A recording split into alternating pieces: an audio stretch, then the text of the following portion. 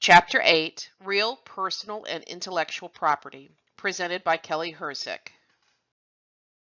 In this lesson, we will discuss the nature of real, personal, and intellectual property. Then we will discuss real property in more detail. We will discuss personal property, and then intellectual property. First, we will discuss the general nature of real, personal, and intellectual property. Real property is commonly known as realty and is land and everything permanently attached to it, meaning permanent fixtures. This type of ownership interest in property determines a person's rights to that property. This depends on the type of estate a person holds in the land, and we will discuss those when we discuss real property. Personal property is also known as personalty, and it consists of tangible, movable objects, like a car. Intellectual property consists of the product of one's mind.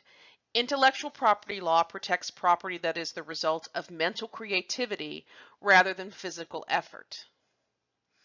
Some of the most important rights to property involve how a person can use property, such as selling it, leasing it, using it as collateral for a loan, giving it away as a gift, or excluding others from using it by keeping it private. The public and government also have rights to property, such as regulating it, taxing it, and even taking it through eminent domain or condemnation for unsafe property.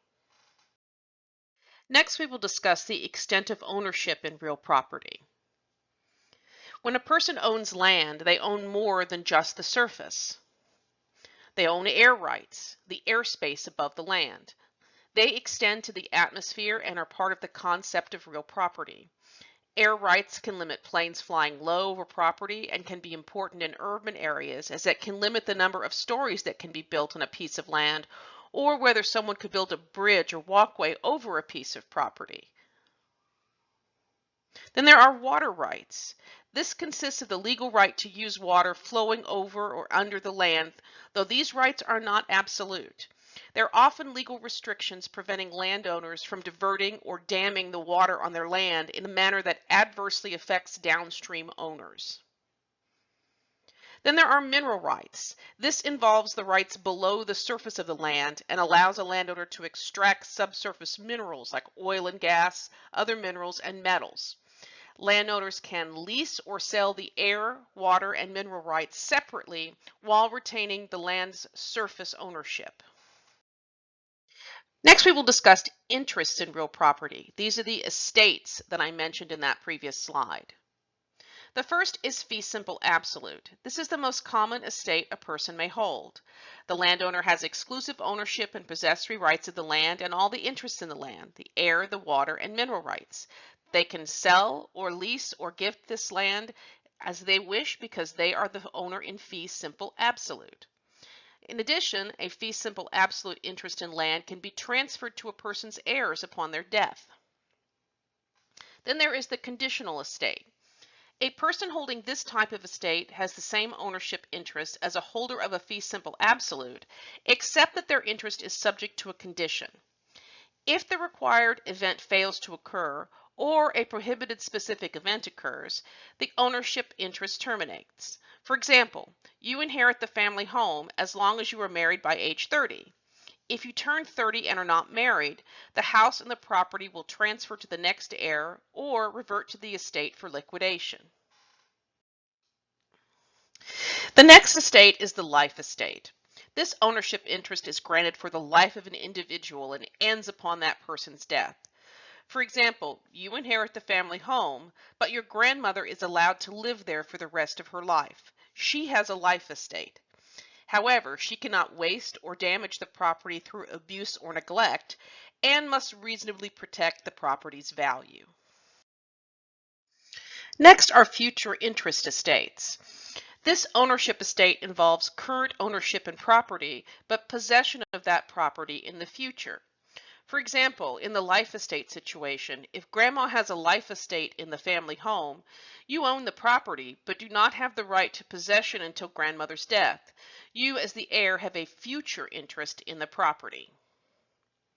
Then there are leasehold estates. If someone has a leasehold estate, they have rights to possession of the property through a lease, but no ownership interest. The landlord or lessor owns the property and leases it to the tenant or lessee. The lease contract will determine the amount of rent, how rent will be paid, usually monthly, and how long the lease will last. Remember that if a lease is for more than a year, it must be in writing due to the statute of frauds. Generally, tenants have exclusive rights to the property during a lease, though landlords do have reasonable rights to inspect upon notice in most lease agreements. Tenants generally have to reasonably refrain from damaging property except for normal wear and tear, while the landlord usually has to maintain the property in good condition. In Kansas, as in most states, the landlord-tenant relationship is governed by statute, and which lays out the rights and obligations of both parties, including the right of the landlord when he/she wants to evict a tenant for non-payment of rent. In Kansas, tenants can terminate the lease due to major or serious inhabitable conditions like lack of heat. In Kansas, the tenant's ability to terminate for safety or habitability reasons and the tenant's obligations while doing so are covered by statute. If the landlord is invasive and regularly intrudes on a tenant's privacy by entering the property without notice, that can also serve as a basis for termination. This too is covered by statute. Under federal law, if a tenant is entering active duty military, they can terminate a lease. Next, we will discuss non-possessory estates. Some interests in real property do not have the right to possess the land, such as easements, profits, and licenses. First, we will discuss easements. This is an irrevocable right to use some part of another's land for a specific purpose without taking anything from it. For example, a utility easement or an easement by necessity to cross a neighbor's land to get to your land that would otherwise have no access to the road. Then there are profits. This is the right to go onto someone's land and take part of the land or a product on the land away from the land. For example, the right to go onto someone's land and remove topsoil or apples from an orchard. Easements and profits can be transferred in multiple ways, such as by express easement, that's a contract, inheritance, necessity, implication, or prescription, which is adverse possession. We'll discuss that a little later. Then there are licenses, which is a right to use another's land that is both temporary and revocable. For example, a theater ticket gives you the right to use the property for a limited amount of time. Next, we will discuss property transfer. The owner's ability to transfer real property is part of the property's value. To effectuate a transfer of property, the owner or grantor must follow certain legal procedures. The first is an execution of a deed, which is creating and signing a written document or instrument conveying an interest in land from the grantor or owner to the grantee or buyer. Then the deed must be delivered to the grantee or buyer, and the grantee or buyer must accept the deed, and then the deed must be recorded with the state in the county where the property is located, which protects the grantee buyer and gives notice to third parties of their ownership or interest in the land at issue. A transfer of property is presumed to be fee simple absolute interest unless expressly stated otherwise. Not all transfers of property are voluntary, and they can be done without the owner's knowledge or even over his objection through condemnation, eminent domain, and adverse possession. Condemnation is the process by which a government takes private property for public use. The Fifth Amendment provides that the government may only exercise this power if they provide just compensation to the property owner.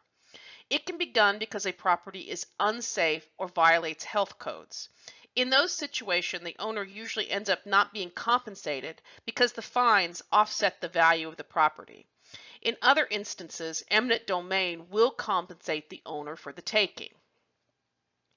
Eminent domain is the power of the government to take private property and convert it into public use, which has been broadly interpreted by the Supreme Court to even include a transfer of property to a private party for economic development. It can also involve taking corporate property, not just an individual's property. Then there is adverse possession. This allows a third party to acquire property by occupying it without permission of or protest by the owner. The occupation must be continuous for a length of years, which varies state by state.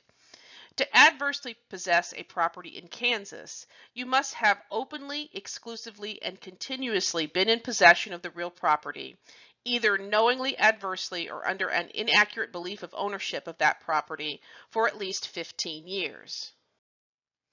Most states require that adverse possession be actual, living or using the land as an owner would. It must be open, not secretive, and it must be notorious, without permission of the owner. Some states require certain indicia of ownership, like paying taxes. While states like Kansas will recognize adverse possession that is either done knowingly or under color of title, which is a belief that you own the property, other states restrict adverse possession to color of law types only. Easements can also be created by adverse possession. For example, a fence across a piece of land for 15 years might either create adverse possession of the strip of land or an easement for the fence, depending on the facts and the jurisdiction. Next, we will discuss personal property and voluntary transfer of that property. All property that is not land or permanently affixed to the land is considered personal property.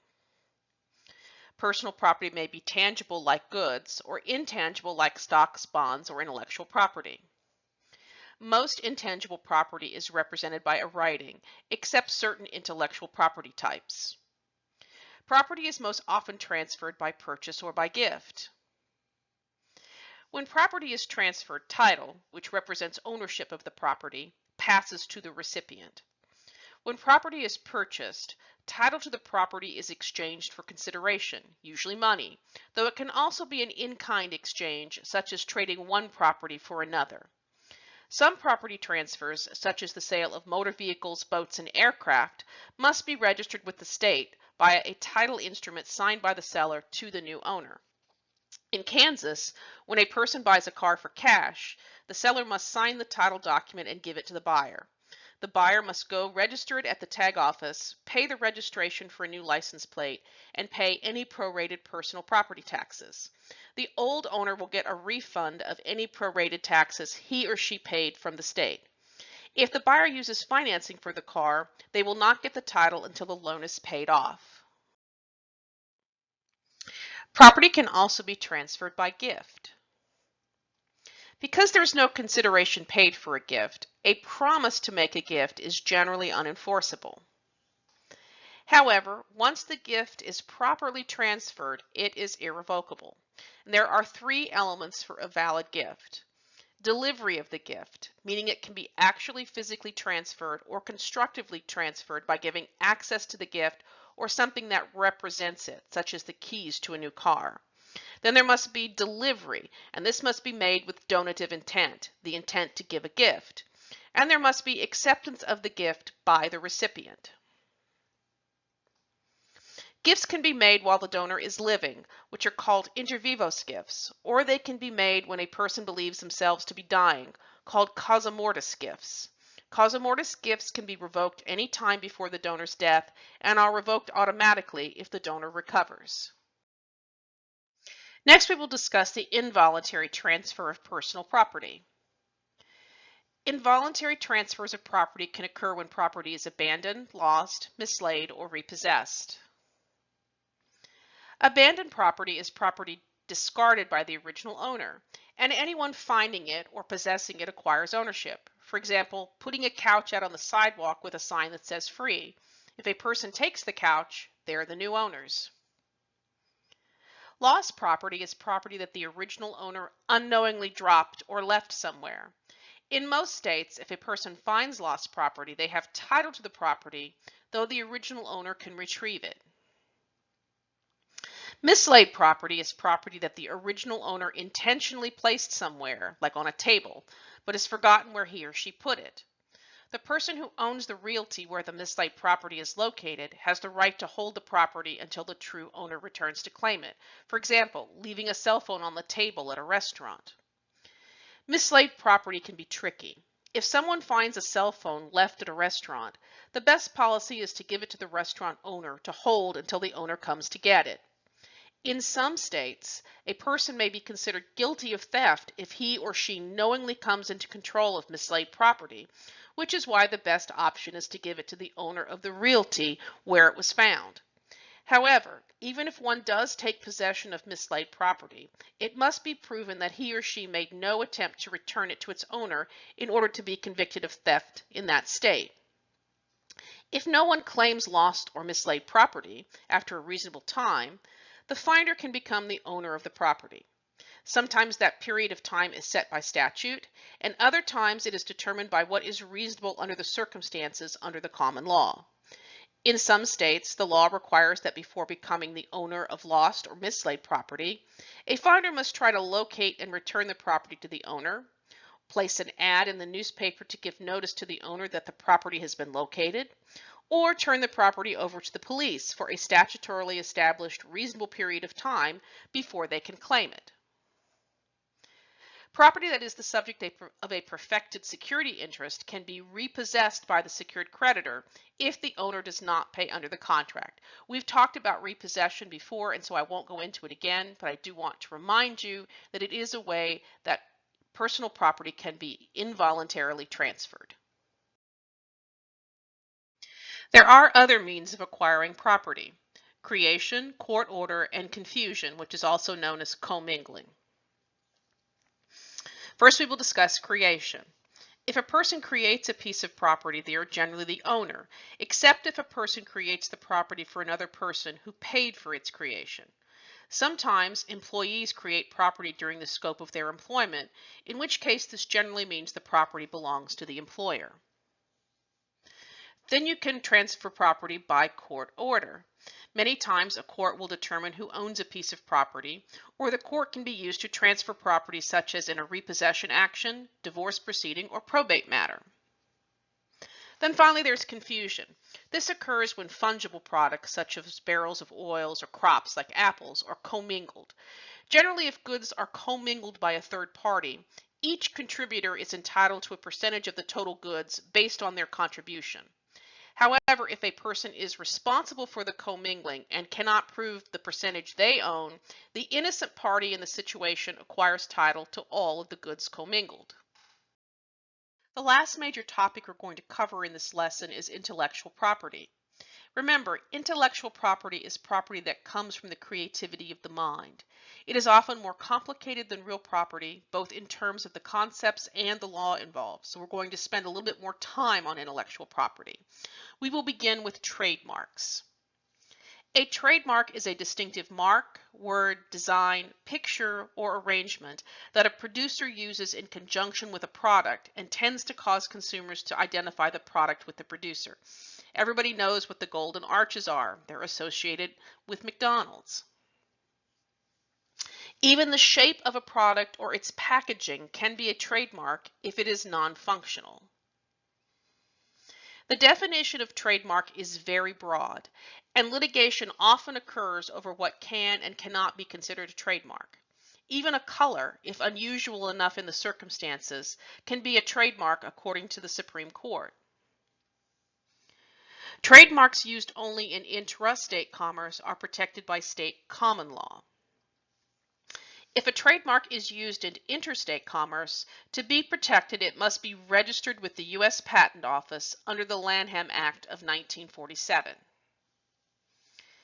If a trademark is properly registered, the holder of the mark can recover damages from an infringer who uses it to pass off goods as being those of the mark owner. For example, knockoff handbags. A trademark holder can also get an injunction stopping the other party from using the mark. Once a mark is registered, the registration must be renewed between the 5th and 6th years to remain effective. After the initial renewal, the holder must renew it every 10 years unless the mark was first registered before 1990, and if so, the renewal only needs to be done every 20 years. To register a trademark with the Patent Office, the prospective holder must submit a drawing of the mark and indicate when it was first used in interstate commerce and how it was used. The Patent Office conducts an investigation and will register the trademark as long as it's not generic, descriptive, immoral, deceptive, the name of a person whose permission has not been obtained, or substantially similar to another's trademark. Similarity is not always easy to predict. Generally, if consumers are likely to be confused by the two marks, then the second will more likely be determined to infringe upon the first registered trademark. Similarity can be based on such factors as the physical similarity of the marks, the similarity of the products or services at issue, the sophistication of any consumers likely to be involved, the trade dress of the products, which is just the overall appearance and image of a product, and the intent of the second prospective holder to palm off its product as that of another. Trade dress is entitled to the same protection as a trademark. The next type of intellectual property is copyrights. Copyright involves the protection of the expression of a creative work, meaning the protection of the fixed form that expresses ideas. Copyrights protect a diverse range of creative work such as books, periodicals, music, plays, motion pictures, photographs, sound recordings, lectures, works of art, and computer programs. There are 3 criteria for a creative work to be copyrighted. It must be fixed, meaning set out in a tangible medium of expression. It must be original, and it must be creative. Under the common law, a copyright automatically arises when the idea is expressed in tangible form. However, if a work is freely distributed without notice of copyright, it falls into the public domain.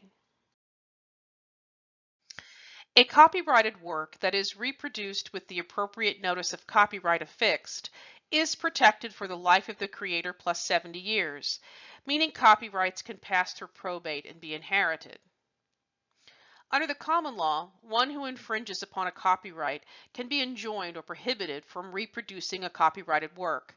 This is the only remedy at common law. To get both an injunction and damages from copyright infringement, the copyrighted work must be registered with the Register of Copyrights by filing the appropriate form and by filing 2 copies of the work with the Library of Congress. Once it is properly registered, a copyrighted work, when produced, should be accompanied by the word copyright and the copyright mark if printed, though this is not required by law. It is just a best practice for protecting copyrighted works. After registration, if the work is marked as copyrighted when produced, the creator can sue not only for an injunction to stop unauthorized use, but can also sue for damages for infringement and to recover any profits made by the infringer on the use of the work. So when can you use a copyrighted work without infringement?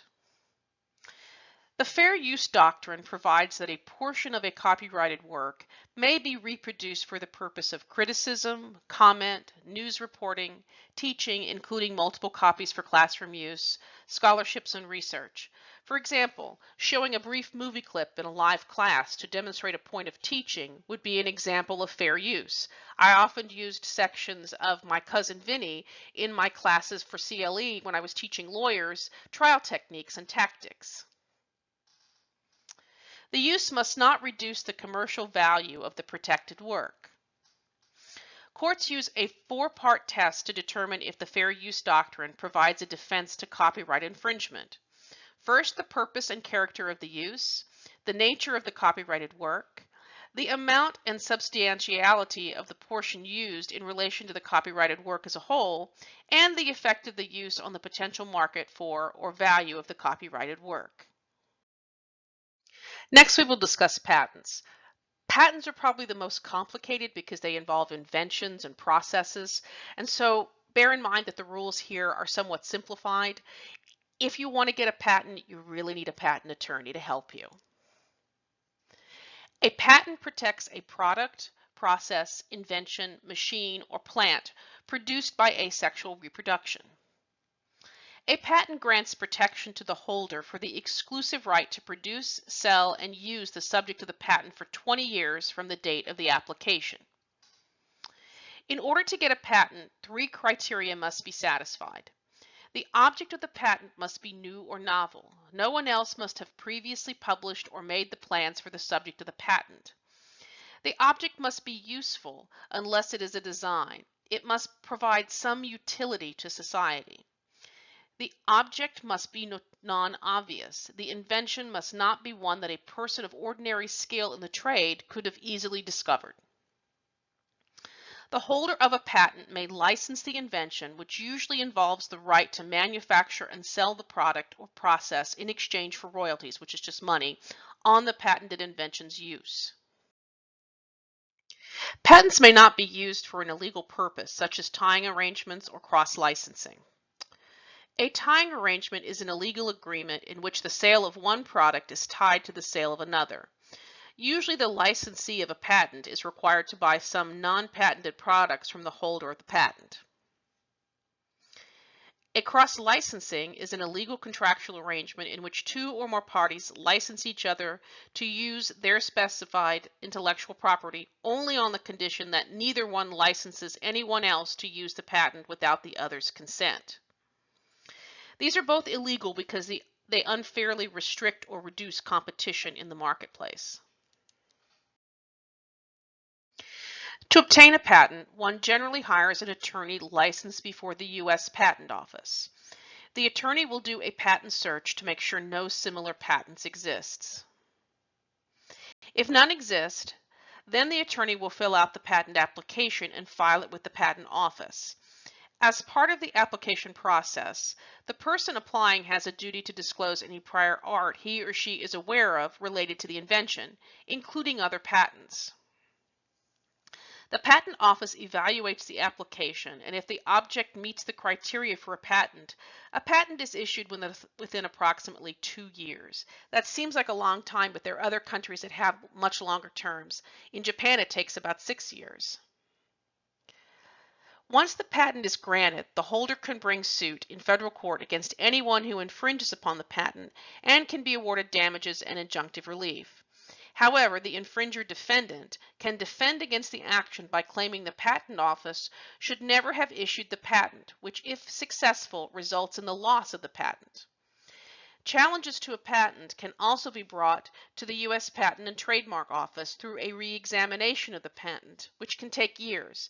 Defendants often try to use a re-examination process before the U.S. Patent and Trademark Office, particularly if they're raising the defense of that the patent should never have been given in the first place. This often drags out litigation for years because judges will put the action on hold until the U.S. Patent and Trademark Office rules on the re-examination, particularly since it's the major defense. Next, I want to discuss the America Invents Act of 2011. This legislation changed U.S. patent law in the United States. In 2011, Congress passed the America Invents Act, which changed the U.S. patent system in several key ways. First, the first person to file a patent application in the U.S. will be deemed to have rights to the invention. It used to be that the first person to invent it had the rights to the invention, so that's a major change. Next, the Act expands the types of prior art that may be considered by the U.S. Patent and Trademark Office when granting a patent, which can make it more difficult to get a patent. The Act makes changes to the re-examination process, making the process more like litigation by allowing discovery requests during the process. The Act prohibits the plaintiffs from filing one suit against many unrelated defendants, which generally has increased the number of patent infringements cases filed in the U.S. The Act also makes it easier for small businesses and individuals to apply for patents. The last type of intellectual property we will discuss is trade secrets. It's also the last topic in this chapter. A trade secret is a process, product, formula, pattern, method of operation, invention, design, or compilation of information that gives a business an advantage over competitors. A company's client list, depending on the type of business, may constitute a trade secret. Under the common law, a trade secret is protected from unlawful appropriation by competitors as long as it is kept secret and consists of elements not generally known in the trade. If a competitor obtains trade secrets through illegal means like corporate or industrial espionage, the originator of the trade secret can take legal action to seek damages and injunctive relief. Generally, the plaintiff must prove that a trade secret actually existed, the defendant acquired the trade secret through unlawful means, and it used it without the plaintiff's permission. Sometimes companies don't file these lawsuits because they don't want people to know that their company has been the subject of corporate espionage because of the way it might impact their stock prices. But if they do bring it, these are the three areas that they must prove. This is the end of Chapter 8.